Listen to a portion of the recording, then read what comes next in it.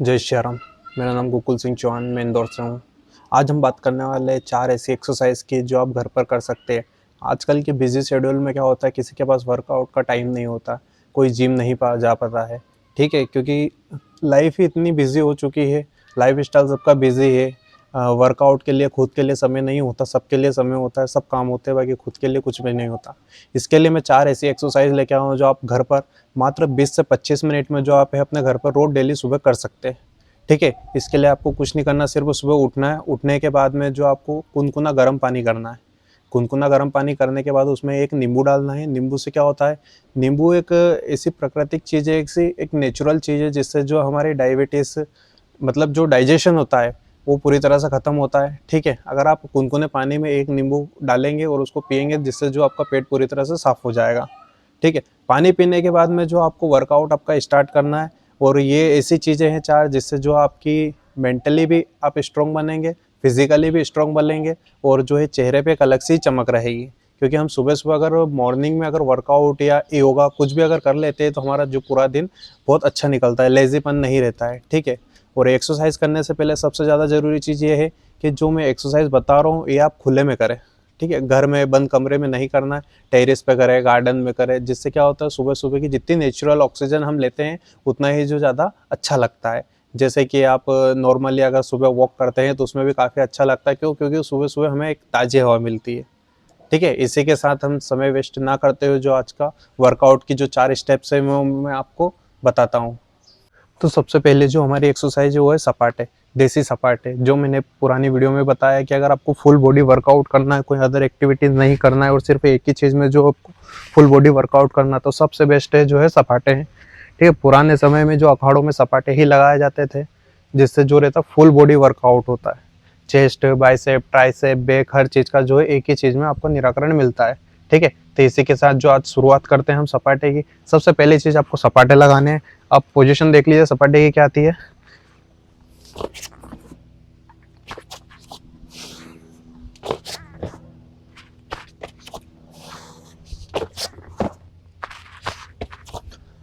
इस तरीके से जो है आपको सपाटे लगाने हैं। सपाटे के सेट्स जो भी रहेंगे आपके अकॉर्डिंग आप कर सकते हैं। धीरे धीरे अगर आप कर रहे हैं 5-5 के 3 सेट लगाइए, 10-10 के 3 सेट लगाइए, 15-15 के 3 सेट लगाइए। जैसे जैसे आपके स्टेमिना बढ़ता जाएगा ऐसे ऐसे जो आप सेट रेपिटेशन जो है आप बढ़ाते जाइए। पहली एक्सरसाइज हो गई। इसके बाद हम बात करते हैं सेकेंड आसन की। सेकेंड आसन है चक्रासन आसन। चक्रासन आसन को मैं दिखा देता हूँ आपको किस तरीके से आपको करना है।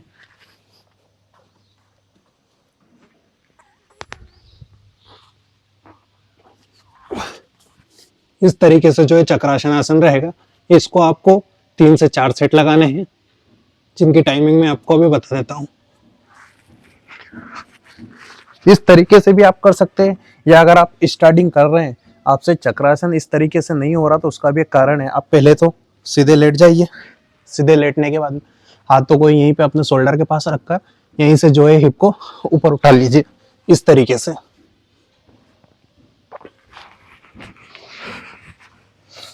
इस तरीके से भी जो आप चक्रासन को कर सकते हैं। अब इसके सेट्स की अपन अगर बात करें तो इसके 3 से 4 सेट लगाने हैं, मतलब 3 से 4 बार करना है। और इसको जो है 5 से 10 सेकेंड, स्टार्टिंग में 5 सेकेंड, फिर 10 सेकेंड इसको होल्ड करना है। इससे क्या रहेगा, इसका सबसे बड़ा फ़ायदा ये है कि आपकी इसमें जो है फुल बॉडी स्ट्रेच हो रही है।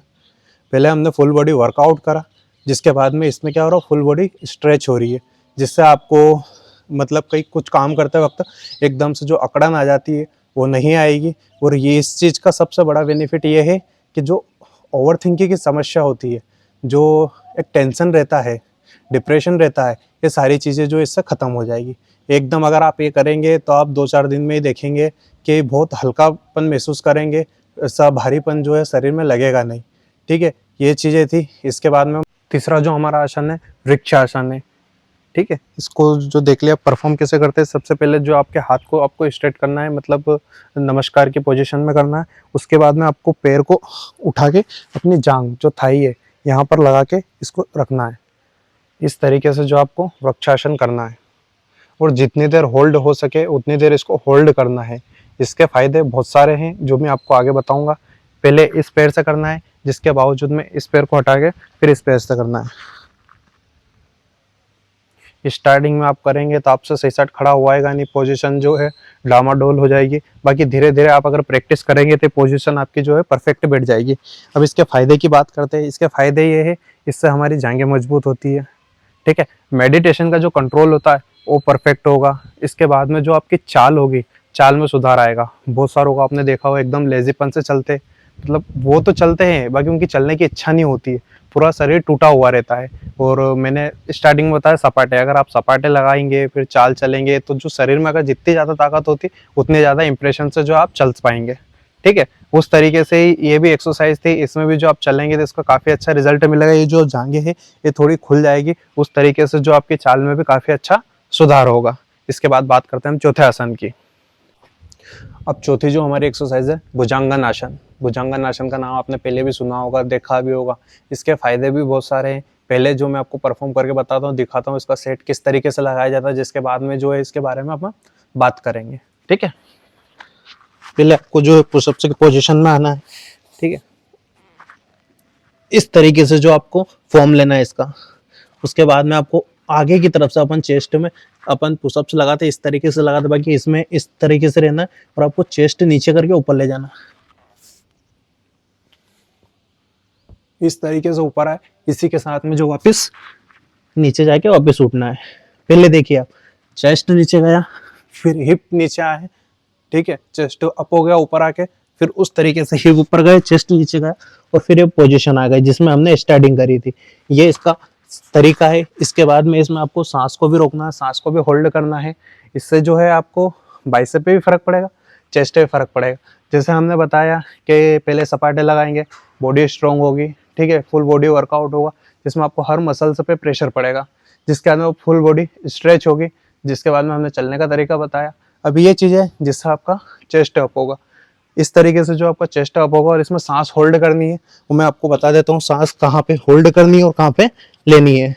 इस तरीके से पोजीशन है, यहाँ से आप सांस भरते हुए ऊपर जाएंगे, यहाँ पे जाके सांस को होल्ड करना है और वापस नीचे टाइम छोड़ना है। Breathe in and breathe out, ठीक है।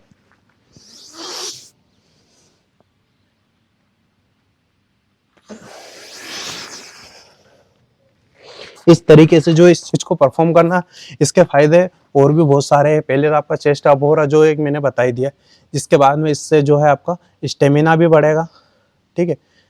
बहुत सारी चीजें हैं, बहुत सारे फायदे हैं, हर चीज का एक अलग महत्व है। और पुराने समय में जिम वगैरह नहीं थी, यही सारी चीजें थी जिनसे जो आपका डेली रूटीन बनता था। अखाड़ों में यही चलता था, जो साधु संत जो महात्मा होते थे वो भी योग कर करके ही सिद्धियां प्राप्त करते थे। तो बहुत सारी चीजें हैं। और इसी के साथ जो आज की वीडियो हम यहीं पे ख़त्म करते हैं। और आगे भी आपको अगर कुछ ऐसी एक्सरसाइज देखना है जो मुश्किल से 15 से 20 मिनट की रहती है, आप मॉर्निंग में कर सकते हैं, जिससे जो आपका पूरा दिन सुधर जाएगा। दिन सुधरने के पश्चात ये रहेगा, आपका बॉडी फॉर्मेट भी सुधरेगा, ठीक है। अगर हम किसी चीज़ को अगर सही तरीके से करते हैं, सही फॉर्म में करते हैं, तो उसका रिजल्ट जो 100% मिलता है। ये सारी चीज़ें थी। अगर वीडियो अच्छी लगी हो तो लाइक कर दीजिएगा। इसी के साथ जय श्री राम।